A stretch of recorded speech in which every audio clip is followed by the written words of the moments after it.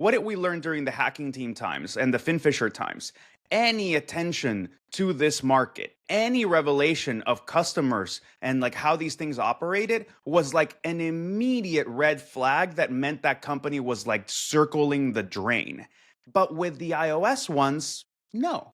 And I think that was very, very telling about the state of this exploitation, at least the perception of the ROI of looking for these full chains that like that it's not just like the two-bit governments who scrounge together $10 million in order to like, you know, go after their political enemies that have decided that this is that's about as much as they're willing to spend on this thing. It's even the big players that are having to rely on these commercial vendors, and we've talked about it. The big players do not like having to use anybody who's going to know who their targets are, who's going to know their selectors. So like I think in that sense Apple has managed something really impressive in that their security, their hardware and their security engineering and like blended approach of like, you do this like really cool magic on the hardware side coupled with the software side, and then you don't do any real monitoring, you don't do any real threat intel, but the platform itself is just such a hostile environment that like you just